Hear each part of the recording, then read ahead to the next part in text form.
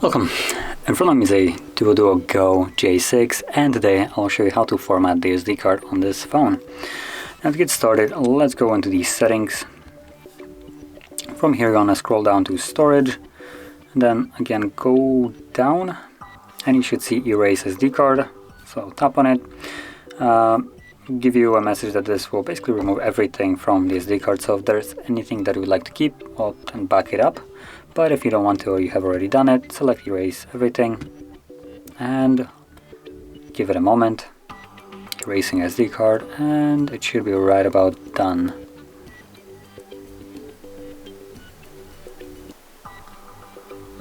Any moment now.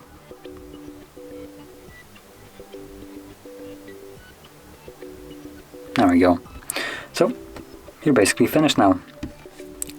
If you found this very helpful, don't forget to hit like, subscribe, and thanks for watching.